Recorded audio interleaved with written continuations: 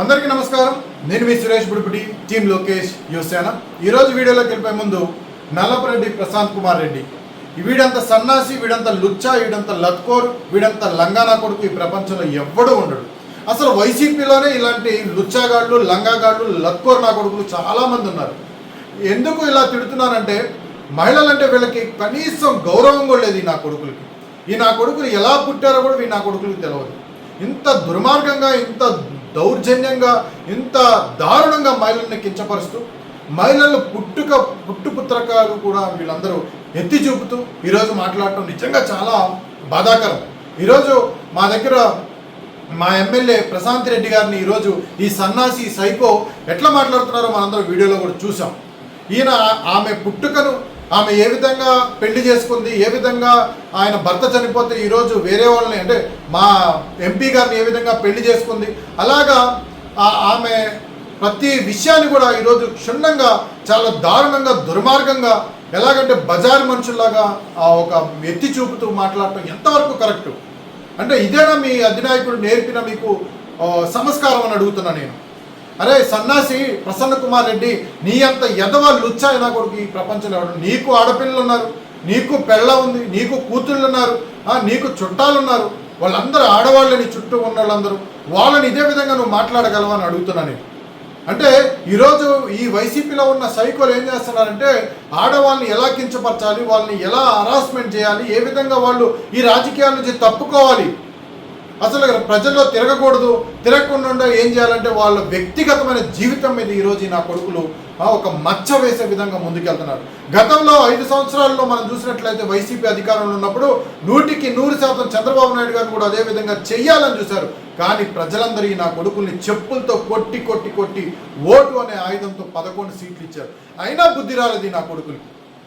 ఈరోజు ఈ విధమైన అహంకారాన్ని చూపిస్తూ, ఈ విధంగా మళ్ళీ మేము అధికారంలోకి వస్తే ఏ మహిళలను కూడా వదిలిపెట్టాం, ఆంధ్రప్రదేశ్లో తిరుగుతున్న ప్రతి మహిళను కూడా మీరు మానభంగాలు చేస్తాం, ఎక్కువ చేస్తే అత్యాచారాలు చేస్తాం, రేపులు చేస్తాం, రౌడీజం చేస్తాం, ఏం పీక్కుంటారో పీక్కోనే విధంగా ఈరోజు అధికారం లేకపోతేనే ఈ విధంగా మదంతో బలిసి కొట్టుకొని ఒక మహిళని, ఒక ఎమ్మెల్యేని, ఒక ఎంపీ భార్యని ఈరోజు ఈ విధంగా మాట్లాడుతున్నారంటే నిజంగా వాళ్ళకి ఎన్ని గుండెలు ఉంటే ఆ విధంగా మాట్లాడతారు. ఒకసారి ఆంధ్రప్రదేశ్ రాష్ట్ర ప్రజలందరూ కూడా గమనించాలి.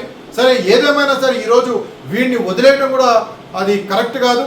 వీడికి జరిగిన శాస్తి ఇల్లు ధ్వంసం చేశారు. నా కొడుకు దొరికితే బడిత పూజ చేసి వదిలిపెట్టేటోళ్ళు.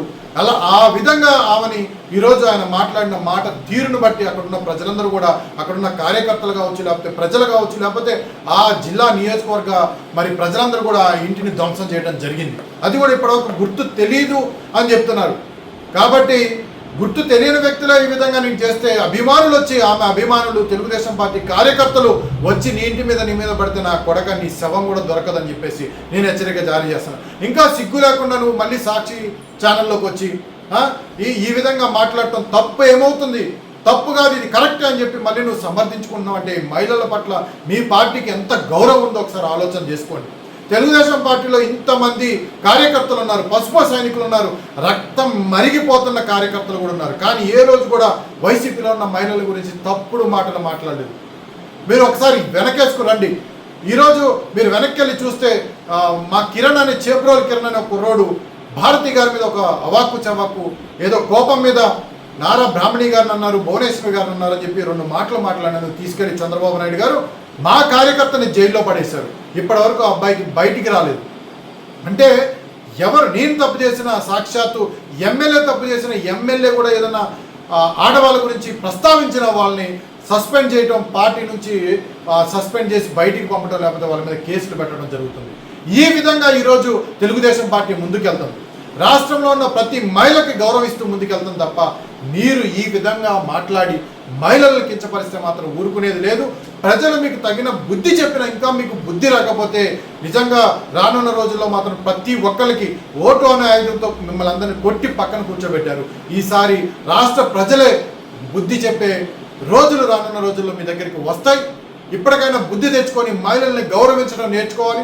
జగన్మోహన్ రెడ్డి గారు కూడా మీకున్న ఏదైతే క్యాడర్ ఉందో వాళ్ళందరికీ క్లియర్గా చెప్పండి, మహిళల్ని గౌరవించే బాధ్యత తీసుకునే విధంగా మీరు ముందుకెళ్ళాలి తప్ప మీ ఇంట్లో ఆడవాళ్ళు ఉన్నారు, మీకు ఒక భార్య ఉంది, తల్లి ఉంది, చెల్లి ఉంది, తల్లిని చెల్లిని చూసుకోలేని జగన్మోహన్ రెడ్డికి ఆడవాళ్ళ గురించి ఏం తెలుస్తుందిలే, మనం అనుకున్నా సరే అది నిజంగా మన మూర్ఖత్వమే అనుకోవడమే తప్ప ఇంకేం లేదు. కాబట్టి రాష్ట్ర ప్రజలందరూ కూడా ఈ వైసీపీ పార్టీని మనం కానీ మళ్ళీ అధికారం వైపు కానీ చూసుకున్నట్లు కనీసం వీళ్ళని మనం అయ్యో పాపని జాలి చూపించిన మనం రానున్న రోజుల్లో ఇబ్బంది పడతాం. మన మహిళలు రోడ్డు మీద తిరగాలంటే భయపడే పరిస్థితి, మన మహిళలందరూ ఈ రాష్ట్రాన్ని వదిలిపెట్టి పక్క రాష్ట్రానికి వెళ్ళే దుస్థితి వస్తుందని చెప్పి నేను రాష్ట్ర ప్రజలందరికీ తెలియజేసుకుంటూ నారా లోకేష్ గారికి, చంద్రబాబు నాయుడు గారికి, పవన్ కళ్యాణ్ గారికి నేను ఒక విన్నపం చేస్తున్న, వెంటనే మహిళల గురించి ఈ విధంగా అనుచిత వ్యాఖ్యలు చేసి ఆమెను హరాస్మెంట్ చేసి ఆమె వ్యక్తిగతమైన లైఫ్లోకి ప్రవేశించి ఇష్టానుసారంగా ఆమెను మాట్లాడి ఆమె మనసును గాయపరిచి మరియు ఆమె ఆత్మహత్య చేసుకునే విధంగా ప్రేరేపించిన ఈ ప్రసన్న కుమార్ రెడ్డిని వెంటనే అరెస్ట్ చేయాలి. వివిధమైన సెక్షన్లు కేసులు పెట్టి ఈ సన్నాసిని సైకోని బయటకు రాకుండా చేసి తగిన బుద్ధి చెప్పాలని మా నాయకులు వేడుకుంటూ సెలవు తీసుకున్నాను. జై హింద్, జై లోకేష్ అన్న.